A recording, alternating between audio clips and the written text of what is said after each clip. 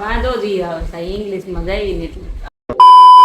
તો જય હિન્દ અને જય માતાજી મિત્રો, હું છું જિંકલ મસાલિયા અને ફરી એકવાર સ્વાગત છે આપનું જિંકલ સલૂનના મિની વ્લોગમાં. આજે તો મમ્મી ઘરનું કામ પતાવીને સીધા સલૂનમાં જ આવી ગયા હતા અને આખો દિવસ સલૂનમાં જ રહેવાના હતા એવું કીધું ને આવીને તરત બધી જગ્યાએ ધ્યાન દઈ દીધું કે કોણ શું કરે છે. એટલે પેલો વારો હિરેનનો પડે ને બીજો વારો મારો. આજે મમ્મી સલૂનમાં હતા ને એટલે બધાએ ગરમી પકડી લીધી હતી ને હારે એસીમાં ધુવાડા નીકળતા હતા. માણા તો ઠીક, એસી નહીં બીક લાગે છે.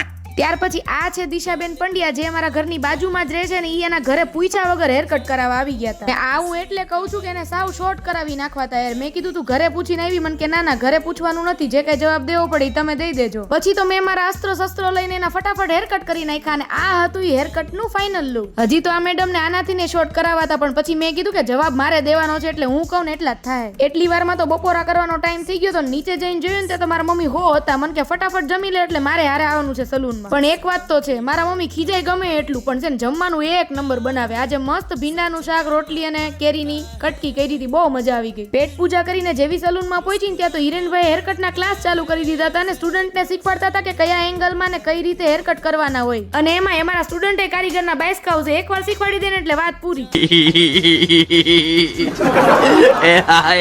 અને એમાં આજે તો મારા મમ્મી હેરકટ શીખવા બેહી ગયા હતા. અને એક બાજુ આ વાતાવરણ, તડકોય નથી જાતો અને વરસાદે નથી આવતો. આમ વરસાદની રાહ જોઈને થાકી ગયા હવે તો. ત્યાર પછી કટિંગ પૂરું થઈ ગયું ને હિરેનભાઈએ બ્લો ડ્રાય કરતા શીખવાડી દીધું. હજી તો માંડ આમ ગાડી પાટે ચડી હોય ને ત્યાં કઈક બ્રેક પડે, અત્યારે ચાનો બ્રેક પડી ગયો હતો. ત્યાર પછી ફ્યુઝન ટ્રીટમેન્ટ નું ક્રીમ એપ્લિકેશન અને હેર વોશ થઈ ગયું એટલે ફટાફટ જ મેં આઈનિંગ ચાલુ કરાવી દીધું. અને એટલી વારમાં સ્કિન કેર માં ફેશિયલ ના ક્લાયન્ટ આવી ગયા હતા એટલે મમ્મીએ ફેશિયલ ચાલુ કરી દીધું. અને મારા મમ્મી બધા કામમાં પરફેક્ટ હોય, પછી સલૂન નું કામ હોય કે ઘરનું. બહાર જઈને જોયું ને ત્યાં તો હિરેન ને હેરકટ ના ક્લાયન્ટ આવી ગયા હતા ને એનું કામ કરતો હતો. ત્યાર પછી આ ક્લાયન્ટ આવી ગયા હતા અમદાવાદ થી આપણી પાસે હેરકટ કરાવવા માટે. આમનું નામ હતું એન્જલબેન, જે જેટલા ડાયા દેખાય છે ને એટલા રિયલમાં છે જ નહીં. અને જેવું કામ પત્યું ને એવું મમ્મી ને હિરેન બે ડેસ્ક પાસે આવીને બેહી ગયા. મમ્મી ફોનમાં જોતા હતા ને હિરેનભાઈ બીજું બધું કામ જોતા હતા. અને બે માંથી એકય શાંતિથી તો બેહી જ ન હકે.